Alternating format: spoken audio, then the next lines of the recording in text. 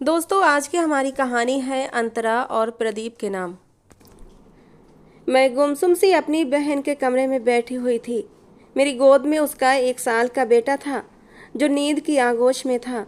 कुछ महीने पहले ही तो हमारी दुनिया उजड़ गई थी और आज जो मैंने किया था उसके बाद तो मैंने अपनी पूरी जिंदगी ही बर्बाद कर ली थी।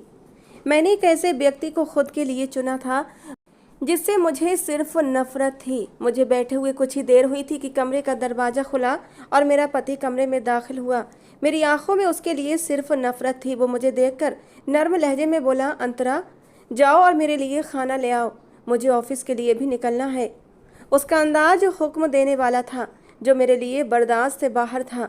मैं तुरंत ही गुस्से से झल्लाकर बोली, मैं तुम्हारी खरीदी हुई गुलाम नहीं हूँ जो तुम्हारे हुक्म की पाबंदी करूँ।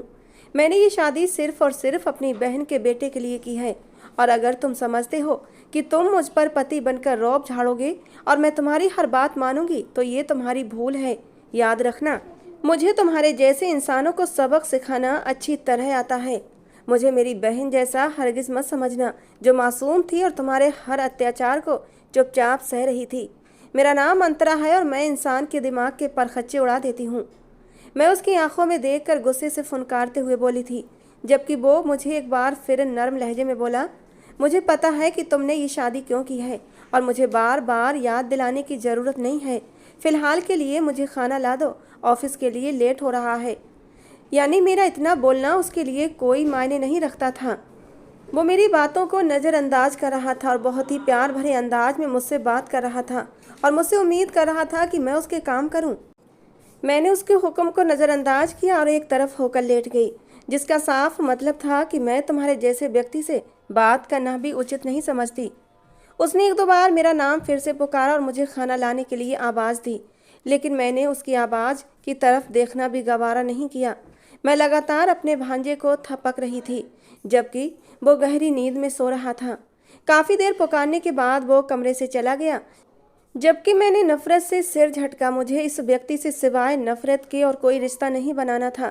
मैं यहाँ सिर्फ और सिर्फ अपने भांजे के लिए आई थी और अगर मैंने ये शादी की थी तो सिर्फ और सिर्फ बदला लेने के लिए, क्योंकि इस व्यक्ति ने मेरी बहन को जितनी तकलीफ दी थी उसे उन सब का खमियाजा तो भुगतना ही था। मेरी बहन बहुत मासूम स्वभाव की मालिक थी और ये व्यक्ति शैतानी स्वभाव का इंसान, और मुझे ऐसे लोगों को ठीक करना अच्छी तरह आता है। हमारी शादी को कई दिन गुजर चुके थे और मैंने प्रदीप को ये इजाज़त नहीं दी थी कि वो मुझे उंगली भी लगा सके। हालांकि वो मर्द था और उसके अंदर के जज्बात भी मचलते होंगे कि वो मुझसे अपने पति होने का हक वसूल करे, लेकिन मैंने उसे सख्ती से मना कर दिया था कि मेरे करीब आने की कोशिश भी मत करना। और हैरानी की बात यह थी कि वो मेरी बात को मान भी गया था। शादी के बाद उसने मुझे छूने की कोशिश नहीं की थी। हाँ, अपने काम करने के लिए मुझे कहता था, जो मैं बिना किसी लिहाज के मना कर देती थी।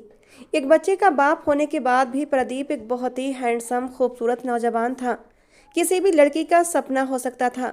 अगर वो मेरी बहन का पति न होता तो शायद प्रदीप की पत्नी बनना मेरे लिए बहुत ही खुशकिस्मती की बात होती और मैं बहुत ही दिल से इस रिश्ते की शुरुआत करती। लेकिन सबसे बड़ा कांटा तो ये था कि वो मेरी बहन का पति था, और ऐसा पति जिसने मेरी बहन को मौत के घाट उतार दिया था।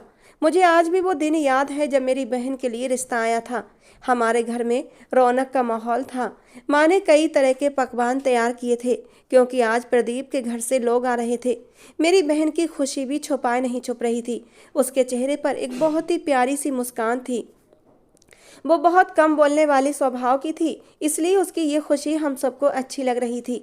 मैं अंदर ही अंदर बहुत ज़्यादा खुश थी क्योंकि आज से पहले मैंने कभी भी अपनी बहन को इतना खुश नहीं देखा था।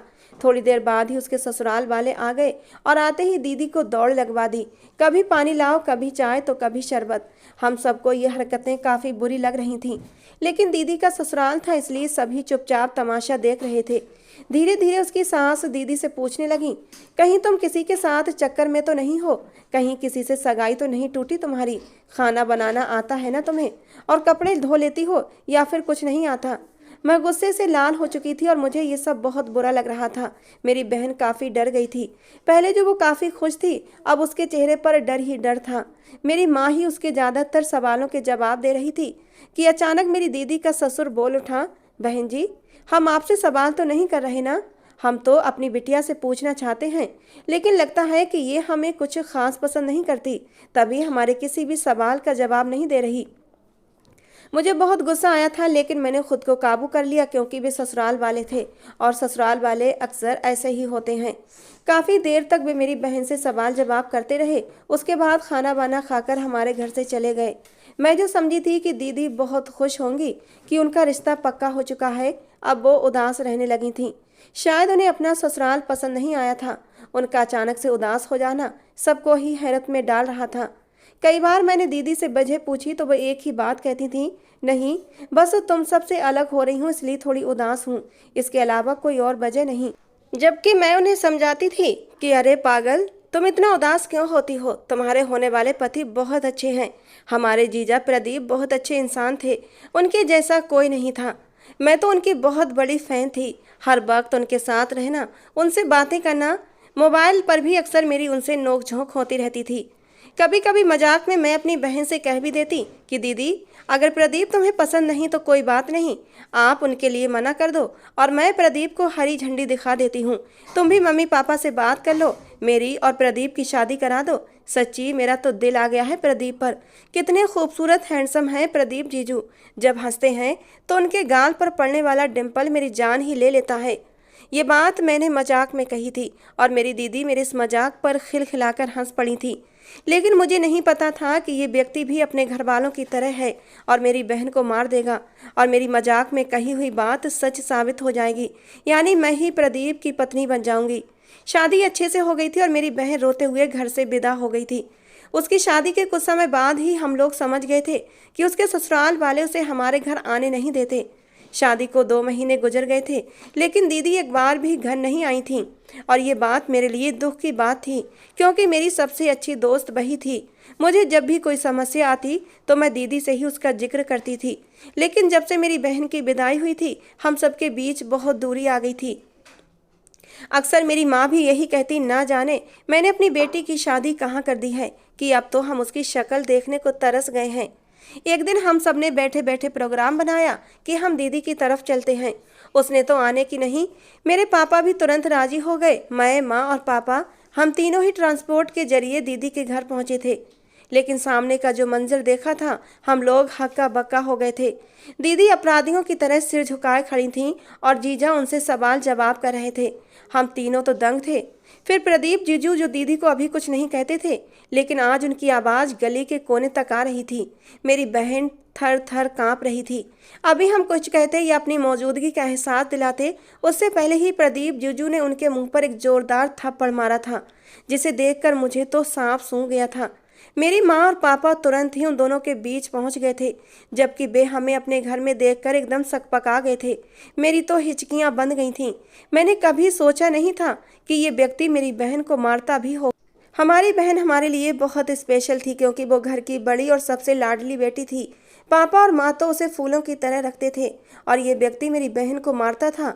आज पहली बार मुझे जीजू से नफरत महसूस हुई थी, वरना मैं तो यही कहती थी कि मेरे जीजू लाखों में एक हैं। भले उनके ससुराल वाले खराब हैं तो क्या हुआ, लेकिन मेरी दीदी का हमसफ़र तो अच्छा है ना। लेकिन आज हकीकत जब हम पर खुली तो हमारे 14 तबक रोशन हो गए थे। पापा और माँ ने उन्हें बहुत सुनाया, जबकि उनसे वजह बार बार पूछी थी, लेकिन वे एक नज़र दीदी को देखकर चुप हो जाते, जबकि दीदी भी लगातार मेरे गले से लगकर रो रही थी। मैंने उनसे कई बार पूछा कि क्या हुआ है तुम दोनों के बीच, कोई बात हुई है तो बताओ तो सही, क्या पता हम इस समस्या का हल निकाल सकें। लेकिन ना उन्होंने कुछ बताया था, ना ही दीदी के पति ने। मगर हम लोगों के दिल में प्रदीप जीजू के लिए नफरत ने जगह ले ली थी। वक्त का काम है गुजर जाना, और वो अपनी रफ्तार से गुजरता जा रहा था। पापा सख्ती से कहकर आए थे कि तुम लोग हर महीने एक बार हमारे घर जरूर आया करोगे, वरना ये ना हो कि प्रदीप हम अपनी बेटी को अपने साथ ही ले जाएं। जबकि प्रदीप एक नज़र पापा को देखकर इस बार फिर चुप हो गए थे। मुझे एकदम महसूस हुआ जैसे वो कुछ बताना चाहते हैं लेकिन किसी वजह से चुप हैं। मगर हम लोगों ने कुछ नहीं कहा, क्योंकि अगर हम ज़्यादा कुछ बोलते तो हमारी बहन का ही घर खराब होना था।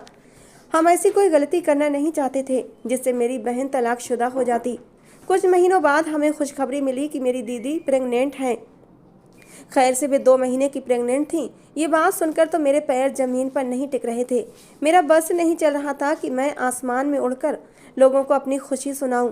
मुझे इतनी खुशी थी जिसकी कोई सीमा नहीं थी।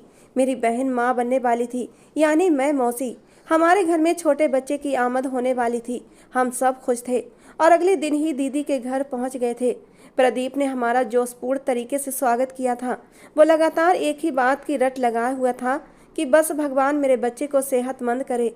उनकी खुशी छिपाए नहीं छिप रही थी, जबकि दीदी मुझे काफ़ी उदास लग रही थी। मैंने कई बार उनसे वजह पूछी तो वे चुप रहीं। बस ऐसे ही कहती कि तबीयत थोड़ी ख़राब है, इसलिए ऐसी हो रही हूँ, बाकी तो भगवान की कृपा है। लेकिन कुछ था जो उनकी आंखों से नजर आ रहा था। माँ और पापा भी कई बार उनसे पूछ चुके थे, लेकिन उन्होंने केवल यही कहा कि कुछ नहीं, आप लोगों को गलतफहमी हुई है। लेकिन हम कोई पराये थोड़ी थे जो हमें इतनी बड़ी गलतफहमी हो जाती। समय गुजर रहा था और दीदी का बच्चा भी पैदा हो गया था। उसके बेटे की आमद पर तो हम सबने पूरे अस्पताल में मिठाई बांटी थी। प्रदीप भाई भी हद से ज़्यादा खुश थे। मैं उनकी खुशी देखकर अपनी सारी रंजिशें भुलाकर उनके गले लगी थी। मैंने उनकी आंखों में चमकते आंसू भी देखे थे, इसलिए मैं बहुत संतुष्ट हो गई थी कि मेरी बहन प्रदीप के साथ अब खुश है। लेकिन जब मैं अपनी बहन से मिली तो मेरी सारी खुशी फिर से बर्बाद हो चुकी थी, क्योंकि वो छिप छिप कर रो रही थी और ये मेरे लिए कोई अच्छा दृश्य नहीं था। मैंने तुरंत ही उन्हें अपने सीने से लगाया तो वे एक बार फिर जोर जोर से रो दी। मुझे कुछ समझ नहीं आ रहा था कि वे ऐसा क्यों कर रही हैं। मैंने कई बार पूछा, दीदी बताओ तो सही, आखिर तुम्हारी ज़िंदगी में क्या चल रहा है?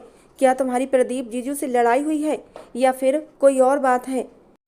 उन्होंने कुछ कहा है आपको? कहीं उन्होंने तुम पर हाथ तो नहीं उठाया? मैंने कई सवाल एक ही साथ कर डाले, जबकि वो बोली, नहीं ऐसी कोई बात नहीं। लेकिन उनका लहजा लड़खड़ाता हुआ था। न जाने क्यों मुझे इसमें भी जीजू का ही कसूर लग रहा था। समय धीरे धीरे गुजर रहा था। शुरुआत के दिनों में मैं दीदी के पास ही रही थी ताकि उनकी सेवा कर सकूं, क्योंकि ऐसे वक्त में सिवाय माँ और बहन के एक औरत का दर्द कोई नहीं समझ सकता, शायद पति भी नहीं। लेकिन मैं हैरान थी प्रदीप जीजू को देखकर, क्योंकि प्रदीप जीजू दीदी की सेवा इस अंदाज में कर रहे थे कि कोई भी व्यक्ति देखता तो यही सोचता कि इन दोनों के बीच कितनी मोहब्बत है। वो दीदी को बाथरूम तक ले जाते तो अपनी बाहों में उठाकर ले जाते थे। मैं तो समझी थी कि इन दोनों के बीच सब ठीक है, लेकिन हकीकत तो 1 साल बाद खुली थी, जब दीदी के निधन की खबर हम तक पहुंची थी। मुझे तो ऐसा लगा जैसे मेरी आत्मा को किसी ने झंझोड़ कर रख दिया हो। हम सब तुरंत ही दीदी के घर पहुंचे थे, जबकि प्रदीप सिर हाथों में गिराए छोटे से राज को लेकर बैठे हुए थे। मैंने तुरंत ही उसे गोद में लिया था। वो मामा मामा कहकर बुरी तरह रो रहा था। पापा ने जब प्रदीप से पूछा कि मेरी बेटी कहाँ है, तो वो रोते हुए पापा के गले लग गए थे। कहने लगे कि उसका बहुत बुरा एक्सीडेंट हुआ था। उसकी लाश का चेहरा भी पहचान में नहीं आ रहा। वो अकेले ही सामान लेने के लिए गई थी और उसकी गाड़ी को एक ट्रक ने इतनी जोर से टक्कर मारी कि उसकी शक्ल तक बिगड़ गई है। थोड़ी देर बाद ही सभी मामले तय हो गए थे। दीदी की लाश भी घर आ गई थी। प्रदीप जीजू के कहे अनुसार सच में उनकी शक्ल पहचान में नहीं आ रही थी। हम सब ही जोर जोर से रो रहे थे। मेरी तो इकलौती बहन का निधन हुआ था। इतनी आसानी से सब्र नहीं आ रहा था। मैं अपनी बहन की लाश को पकड़कर इतना रोई थी कि सभी आंसू बहा बैठे थे। जब उसकी अर्थी उठाई गई तो मेरी हिचकियां पूरे घर में गूंज उठी थीं। मैंने हंगामा मचा दिया था कि मैं किसी भी सूरत अपनी बहन को अपने पास से जाने नहीं दूंगी, लेकिन भला जाने वालों को कौन रोक सकता है। थोड़ी देर बाद ही वे लोग मुझे संभाल चुके थे और दीदी की लाश को शमशान घाट ले गए। मेरे पास राज था, जिसकी देखभाल मैं ही कर रही थी। वो मुझे ही अपनी माँ समझ रहा था। मैं उसे अपने साथ घर ले आई थी। मुझे पता नहीं था कि पीछे मेरे जीजा कैसे हैं, लेकिन मुझे उस व्यक्ति से सिवाय नफरत के और कुछ भी महसूस नहीं हो रहा था। मुझे हर वक्त वो पल याद आता जब मेरी बहन रोती थी। उसकी आंखों में उदासी नजर आती थी। उसके ससुराल वालों के ताने याद आते थे। मैंने शादी के बाद उसकी आंखों में कभी वो खुशी नहीं देखी थी जो एक लड़की की आंखों में होती है। वो हर वक्त उदास रहती थी, जिसके कारण मुझे यही लगता था कि दीदी की मौत के जिम्मेदार सिर्फ और सिर्फ मेरे जीजा हैं। अगर वो सामान लेने के लिए गई थीं तो उन पर जरूरी था कि अपनी बीवी को इस तरह अकेले न छोड़ते, लेकिन उन्हें कोई होश ही नहीं था।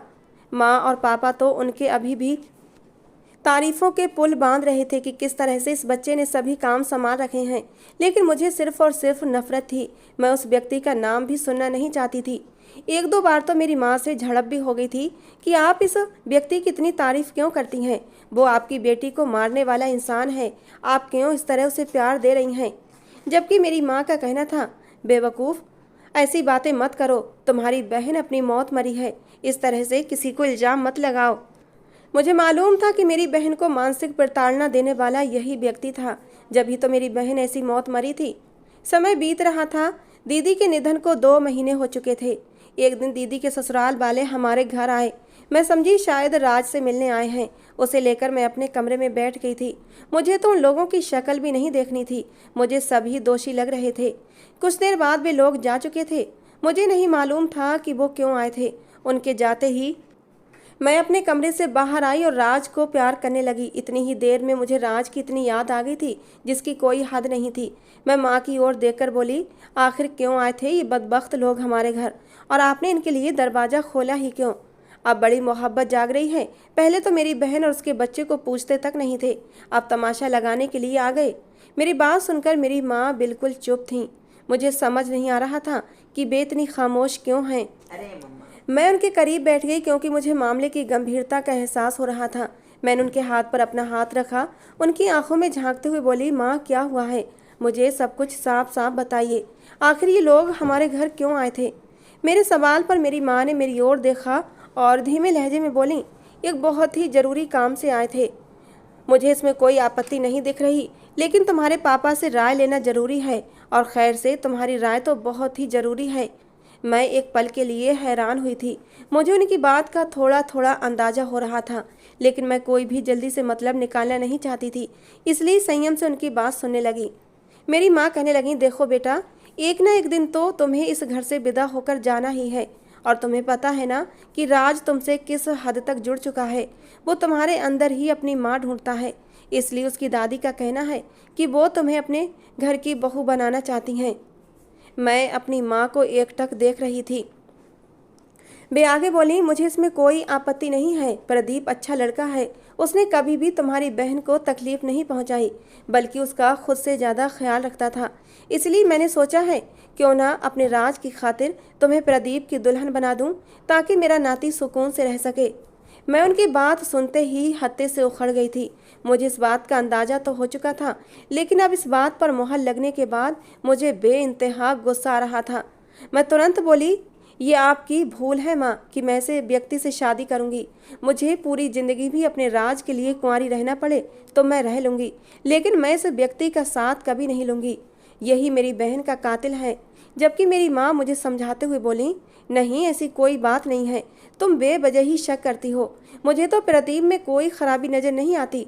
उसने जितना ख्याल तुम्हारी बहन का रखा था, मुझे नहीं लगता कि कभी तुम्हारी बहन उसका इतना ख्याल रख सकती थी। और तनिक ये तो सोचो, कहीं ना कहीं तुम्हारी शादी तो होनी ही है, और अगर प्रदीप ने किसी और लड़की से शादी कर ली तो हमारा राज दुखी हो जाएगा। कोई भी उसे प्यार नहीं करेगा, बच्चे की ज़िंदगी बर्बाद हो जाएगी। अगर तुम उससे वाकई प्यार करती हो तो तुम्हें ये बलिदान देना ही चाहिए। मैं कुछ पल के लिए बिल्कुल चुप हो गई थी। मेरे पास कहने को कुछ भी नहीं बचा था। ऐसा लग रहा था जैसे सब कुछ खत्म हो गया हो। माँ की बात वाकई सही थी। अगर राज के पापा यानी प्रदीप जीजू शादी कर लेते तो उसे न बाप का प्यार मिलता और न ही माँ का प्यार। मेरा भांजा तो दुखी हो जाता। इसलिए थक हार कर मैंने माँ को रजामंदी दे दी, लेकिन ये सिर्फ मैं एक बदले के तौर पर कर रही थी। मैंने ठान लिया था कि जिस तरह से उन्होंने मेरी बहन को सताया था, उसे तकलीफ पहुंचाई थी, मैं भी उन्हें पल पल वैसे ही तड़पाऊंगी। जिस तरह से मेरी बहन उनके साथ खुश नहीं थी, मैं भी उन्हें खुश नहीं रखूंगी। मेरी मासूम बहन की ज़िंदगी जैसे ख़राब हुई थी, मैं उन्हें भी दर बदर कर दूंगी। हमारी ओर से रजामंदी दे दी गई थी और वे लोग 4 लोगों के साथ आए थे और सादगी से मुझे विदा कराकर अपने घर ले गए थे।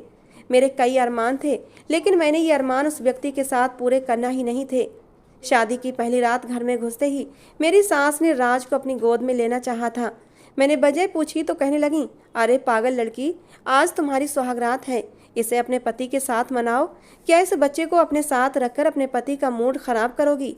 ये बात सुनते ही मेरे तन बदन में आग सी लग गई थी। मैंने तुरंत गुस्से से कहा, अपनी हद में रहें आप। मुझे आप ये सब बताने वाली होती कौन है?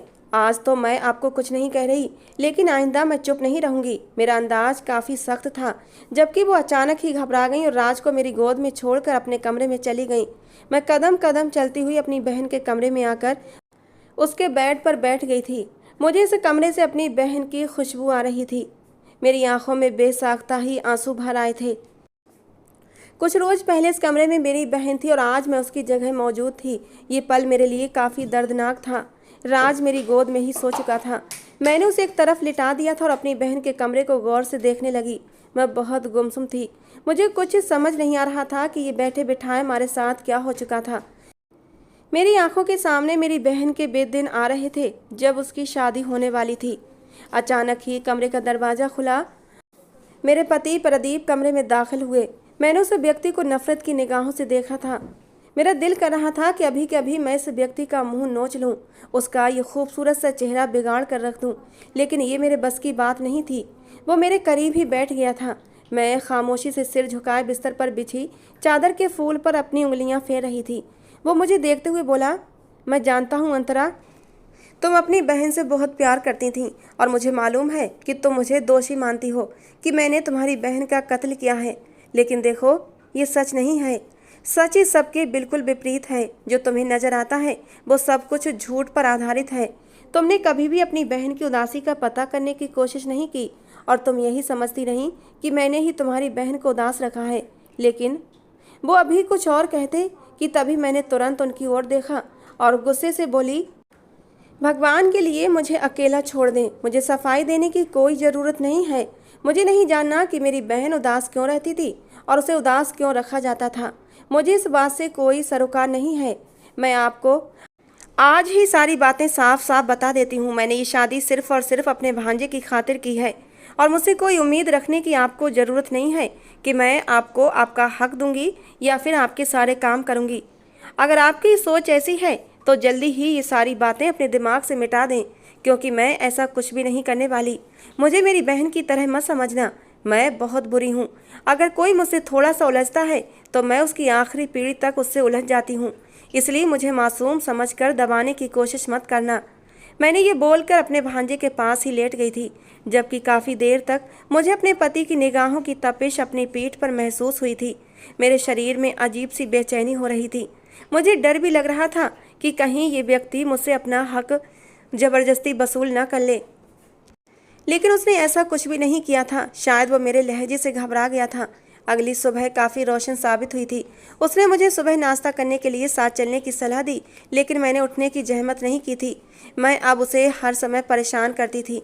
छोटी छोटी बातों पर इतना लड़ती कि वो कमरे से ही बाहर चला जाता और मुझे तभी सुकून आता था, क्योंकि ये व्यक्ति जब भी मेरे पास होता था तो मुझे सिवाय गुस्से की और कुछ नहीं आता था। समय बीत रहा था और मेरी उससे बिल्कुल नहीं बनती थी।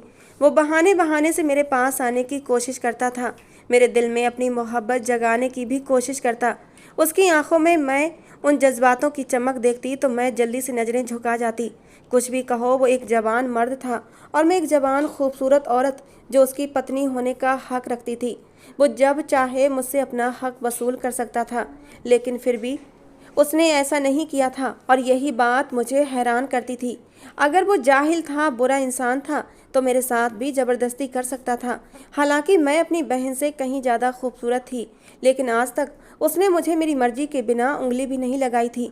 कभी कभी तो मेरा दिल उसकी तरफ खुद ब खुद खींचने लगता था, लेकिन मैं अपने दिल के जज्बातों को थपक थपक कर सुला लेती। आज भी वो मुझसे खाना मांगता रह गया था, लेकिन मैंने उसे उठकर एक निवाला भी नहीं दिया था। उसके चले जाने के बाद मैं बिस्तर से उठी थी। आज मैं दीदी की अलमारी देखना चाहती थी।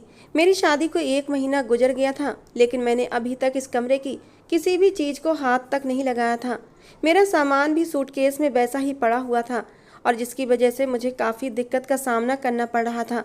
मैंने यही सोचा था कि दीदी के कपड़े निकाल कर सूटकेस में रख दूंगी और अपने कपड़े अलमारी में सजा दूंगी ताकि मुझे आसानी हो, लेकिन मुझे मालूम नहीं था कि आज मेरी आंखों के सामने क्या आने वाला है। आज मैं क्या देखने वाली हूँ।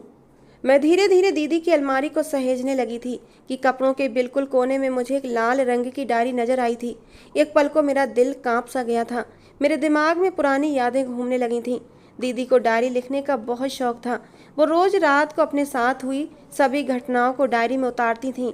मैं उसकी इस बेवकूफ़ाना हरकत पर बहुत हंसती थी, लेकिन वो मुझे यही कहती थी कि उसे ये सब करना बहुत पसंद है। उसका मानना था कि दोस्त बनाना सबसे बेकार काम है, क्योंकि किसी इंसान को राज दो तो डर रहता है कि कहीं वो किसी को बता ना दे।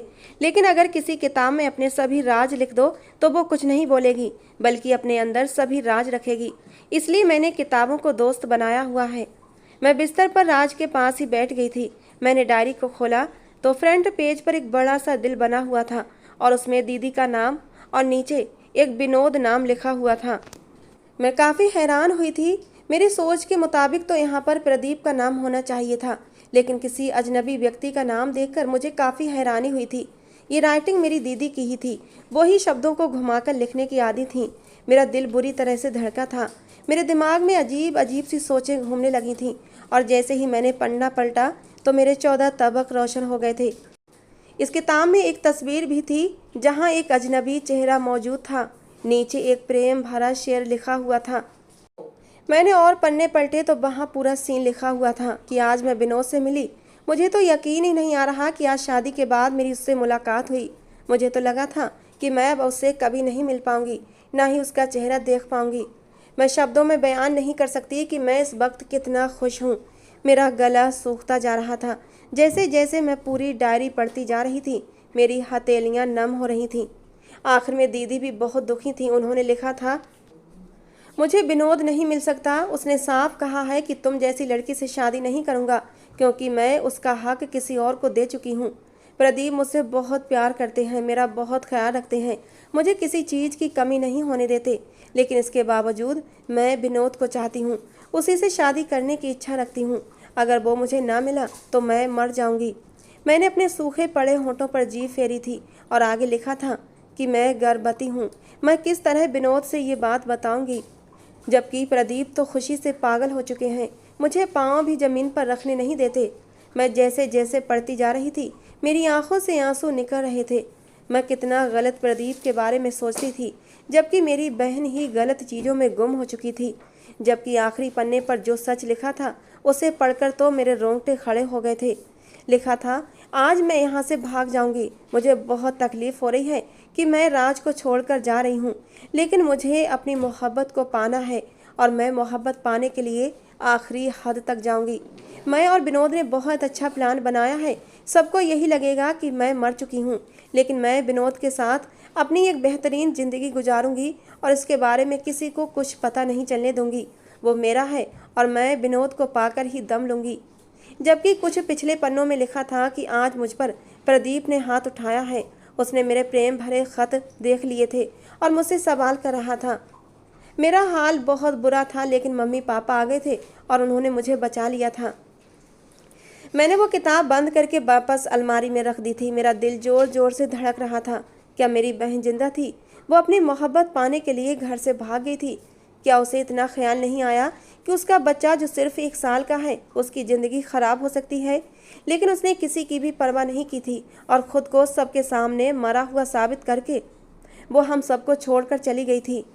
रात देर से प्रदीप कमरे में आए थे। मैं बिल्कुल गुमसुम लाइट बंद करके बैठी हुई थी। राज मेरे पास ही गहरी नींद में सो रहा था। वो अंधेरे में ही रास्ता टटोलते हुए बिस्तर पर पहुंच गया था। जबकि मुझे बैठा देखकर उन्होंने तुरंत ही लाइट ऑन की थी और मुझे देखते हुए बोले, क्या हुआ अंतरा, तुम इतनी परेशान क्यों हो? न जाने मुझे क्या हुआ कि मैं अचानक रोते रोते प्रदीप के गले लग गई थी। मेरी हिचकियां बंद चुकी थीं। वो मुझे लगातार थपक कर चुप करवाने की कोशिश कर रहे थे, लेकिन मेरा हाल बहुत बुरा था। मैंने दिन में हुई घटनाओं के बारे में रोते रोते प्रदीप को सब कुछ बता दिया और वो सारी कहानी सुनने के बाद प्रदीप बिल्कुल चुप हो गए थे। और जब मैंने उनसे चुप रहने की वजह पूछी तो उन्होंने मुझे बताया कि तुम्हारी दीदी के अंतिम संस्कार के बाद ही मुझे पूरी सच्चाई मालूम हो गई थी। मैंने कई बार उसे समझाया था कि तुम गलत कर रही हो, तुम्हारी शादी हो चुकी है, विनोद को भूल जाओ, वो तुम्हारे नसीब में नहीं था। अगर वो तुम्हें मिलना होता तो बहुत पहले मिल जाता। उसने तुम्हारे लिए रिश्ता क्यों नहीं भेजा? लेकिन वो मेरी सुनती ही नहीं थी। और जब मैंने तुम्हारी बहन की जांच पड़ताल करवाई तो पता चला कि वो विनोद के साथ उसके घर पर रह रही है, वो भी बिना किसी रिश्ते के। मैंने तुम्हारी बहन को तलाक दे दिया है और उससे सारे रिश्ते ख़त्म कर लिए हैं। मुझे तुमसे भी डर लगता था कि कहीं तुम भी अपनी बहन जैसी न हो, इसलिए शादी करने से पहले मैंने तुम्हारी पूरी छानबीन करवाई थी। लेकिन तुम इन कामों में नहीं थी, बस तुम्हें मुझसे नफरत थी और मुझे मालूम था कि एक ना एक दिन मैं अपनी मोहब्बत से तुम्हारी नफरत को हरा दूंगा। लेकिन मुझे नहीं पता था कि इससे पहले ही तुम्हारे हाथ सारे सच आ जाएंगे। जब मैंने रोते रोते प्रदीप से माफ़ी मांगी थी तो प्रदीप ने भी मुझे माफ़ कर दिया था और मेरी आंखों में आए आंसुओं को अपने हाथों से साफ कर दिया। मुस्कुराते हुए कहने लगे, अच्छा अब तो हम अपनी आगे की शादीशुदा ज़िंदगी की शुरुआत कर सकते हैं ना, क्योंकि राज को भी एक छोटी बहन की ज़रूरत महसूस होगी और उसके लिए तो अभी से प्लान करना पड़ेगा ना। ये बात कहते हुए प्रदीप की आंखों में शरारत नाचने लगी थी और मैंने शर्माकर अपना चेहरा प्रदीप के सीने में छुपा लिया था। और आज प्रदीप ने पूरे हक और मान के साथ मुझे अपनी बाहों के घेरे में समेट लिया था और मुझे वो प्यार और मान दिया था जिसकी मैं हकदार थी। और मैंने भी प्रदीप के इस प्यार को पूरे सच्चे दिल से अपनाया था। दीदी की तरह प्रदीप को धोखा नहीं दिया था। सच में जो दृश्य हमें दिखाए जाते हैं कई बार वे सच नहीं होते, उनके पीछे भी बहुत बड़ी बड़ी कहानियाँ होती हैं।